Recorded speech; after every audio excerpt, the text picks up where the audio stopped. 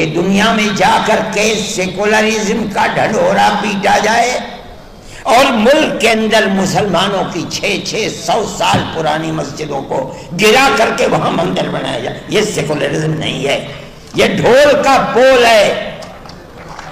آپ کی پارلیمنٹ فیصلہ کر چکی ہے آج سے تقریباً 30-32 سال پہلے کہ جو مسجد جہاں جو مذہبی عبادت گاہ بنی ہوئی ہے سن 47 میں، اس عبادت گاہ کو اسی حال میں رہنے دیا جائے گا. آج آپ یہ کہتے ہیں کہ نہیں، بنارس کی مسجد کو توڑ دو، وہ ہماری ہے، متھرا کی مسجد کو توڑ دو. آپ کے کردار کا اور پارلیمنٹ کا کیا اعتبار ہے یہ بتائیے. کیا چیز ہے پارلیمنٹ کے اندر؟ پارلیمنٹ ایک قانون کو بناتی ہے، آپ اس قانون کو ٹھوکر مار دیتے ہیں. آپ جو قانون آج بنا رہے ہیں کل کو دوسرا اسے ٹھوکر مار دے گا. یہ تو آپ نے ایک ریت اور رواج کر لیا، ہمیں کوئی غرض نہیں ہے اور حکومت خاموش بیٹھی ہوئی ہے. میرے بھائی، جمعیت علماء حکومت کا لحاظ کرتی ہے. جن کو حکومت ہے، ہمارے ملک کے عوام نے ان کو بیٹھالا ہے.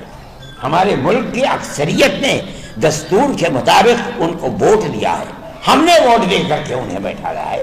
ہم یہ سمجھتے ہیں کہ ان کو ملک کے دستور کے اندر اس طریقے کی تشریح جس سے ملک کے ایک بہت بڑے طبقہ 20-25 کروڑ لوگوں کے حقوق کو آپ ٹھوکر مار رہے ہیں، ملک اس طرح امن و امان کے ساتھ نہیں چل پائے گا.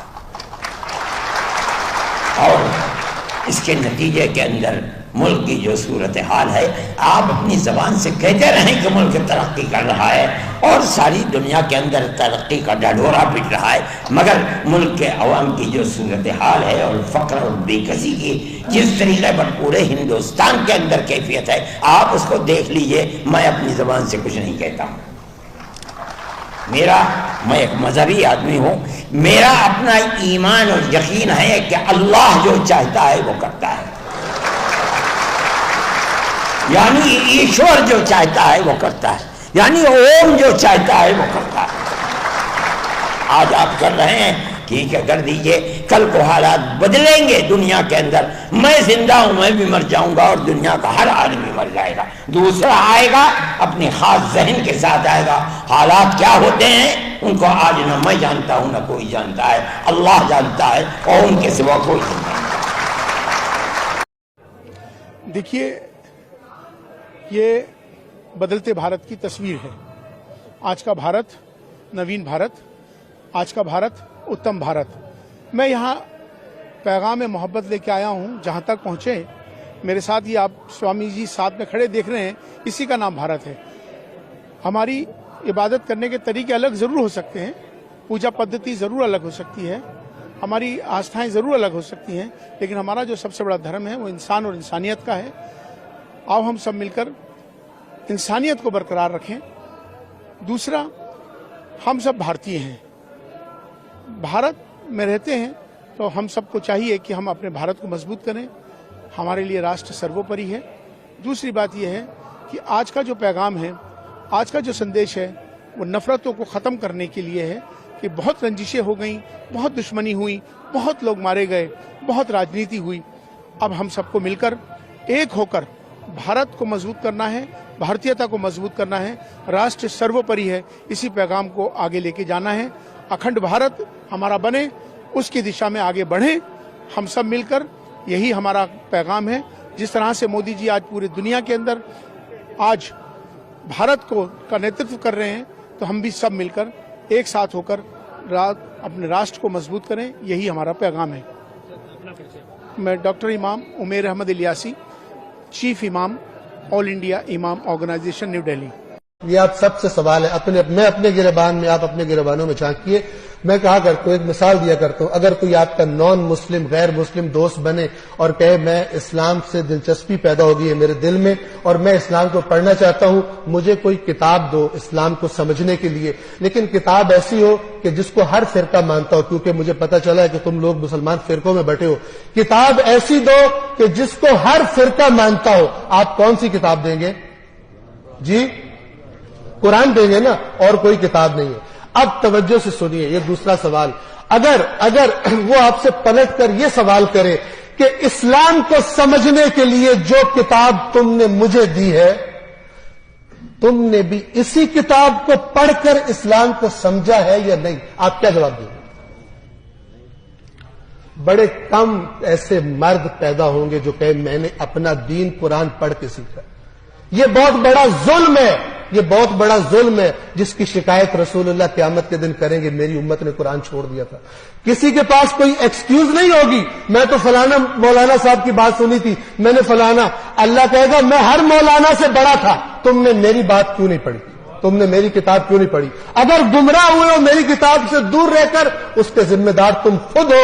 یہ میرا رسول تمہاری یہی شکایت کر رہا ہے کہ میری قوم نے قرآن کو چھوڑ دیا تھا، میری قوم نے قرآن کو چھوڑ دیا تھا۔ اگر یہ قوم قرآن پڑھنا شروع نہیں کرتی تو پھر اس قسم کے مسخرے اور بندر آ کر اس ممبر پر ناچیں گے، جس طرح رسول اللہ نے بتایا تھا کہ میرے ممبر پر بندر چڑھیں گے، اور یہ پیسے لے لے کر گمراہی اور شرک اور کفر اور 2 نمبر جنت کے ٹکٹ بیچیں گے، اور لوگ سمجھیں گے ہم جو کرپشن بھی کرتے رہے، خدا کی نافرمانیاں بھی کرتے رہے، ہماری جنت پکی ہے۔ یہ وہی بات ہے جو یہودیوں کا عقیدہ تھا، قرآن نے بتایا ہوا۔ کرپٹ تھے، سمجھتے تھے ہم جنت میں جائیں گے، غیر ذمہ دار ہو گئے، رسول اللہ کے منکر ہو گئے، سمجھتے تھے ہم جنت میں جائیں گے۔ خدا را قرآن مجید کو پڑھیے۔ بسم اللہ الرحمن الرحیم، قل هو اللہ احد اللہ الصمد لم یلد ولم یولد ولم یکن له کفوا احد، صدق اللہ العلی العظیم۔ والسلام علیکم ورحمۃ اللہ وبرکاتہ۔ یہ آپ سب سے سوال ہے، میں اپنے گریبان میں، آپ اپنے گریبانوں میں جھانکیے۔ میں کہا کرتا ہوں، ایک مثال دیا کرتا ہوں، اگر کوئی آپ کا نان مسلم غیر مسلم دوست بنے اور کہے میں اسلام سے دلچسپی پیدا ہو گئی ہے میرے دل میں اور میں اسلام کو پڑھنا چاہتا ہوں، مجھے کوئی کتاب دو اسلام کو سمجھنے کے لیے، لیکن کتاب ایسی ہو کہ جس کو ہر فرقہ مانتا ہو، کیونکہ مجھے پتا چلا ہے کہ تم لوگ مسلمان فرقوں میں بٹے ہو۔ کتاب ایسی دو کہ جس کو ہر فرقہ مانتا ہو۔ آپ کون سی کتاب دیں گے؟ جی قرآن دیں گے نا، اور کوئی کتاب نہیں ہے۔ اب توجہ سے سنیے، یہ دوسرا سوال، اگر وہ آپ سے پلٹ کر یہ سوال کرے کہ اسلام کو سمجھنے کے لیے جو کتاب تم نے مجھے دی ہے، تم نے بھی اسی کتاب کو پڑھ کر اسلام کو سمجھا ہے یا نہیں؟ آپ کیا جواب دیں گے؟ بڑے کم ایسے مرد پیدا ہوں گے جو کہے میں نے اپنا دین قرآن پڑھ کے سیکھا۔ یہ بہت بڑا ظلم ہے، یہ بہت بڑا ظلم ہے جس کی شکایت رسول اللہ قیامت کے دن کریں گے، میری امت نے قرآن چھوڑ دیا تھا۔ کسی کے پاس کوئی ایکسکیوز نہیں ہوگی، میں تو فلانا مولانا صاحب کی بات سنی تھی، میں نے فلانا، اللہ کہے گا میں ہر مولانا سے بڑا تھا، تم نے میری بات کیوں نہیں پڑھی، تم نے میری کتاب کیوں نہیں پڑھی؟ اگر گمراہ ہوئے ہو میری کتاب سے دور رہ کر، اس کے ذمہ دار تم خود ہو۔ یہ میرا رسول تمہاری یہی شکایت کر رہا ہے کہ میری قوم نے قرآن کو چھوڑ دیا تھا، میری قوم نے قرآن کو چھوڑ دیا تھا۔ اگر یہ قوم قرآن پڑھنا شروع نہیں کرتی تو پھر اس قسم کے مسخرے اور بندر آ کر اس ممبر پر ناچیں گے، جس طرح رسول اللہ نے بتایا تھا کہ میرے ممبر پر بندر چڑھیں گے، اور یہ پیسے لے لے کر گمراہی اور شرک اور کفر اور 2 نمبر جنت کے ٹکٹ بیچیں گے، اور لوگ سمجھیں گے ہم جو کرپشن بھی کرتے رہے، خدا کی نافرمانیاں بھی کرتے رہے، ہماری جنت پکی ہے۔ یہ وہی بات ہے جو یہودیوں کا عقیدہ تھا، قرآن نے بتایا ہوا۔